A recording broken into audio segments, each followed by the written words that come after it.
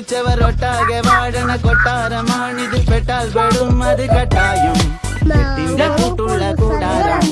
തരരരരത്തേ മടിയുടെ മലയോരത്ത് ധ്യാനിച്ചിരിക്കുന്ന സന്യാസി, ചുമ്മാതിരിപ്പിന്റെ അഭ്യാസി, ചോരത്തിളപ്പുള്ള തോന്യാസി.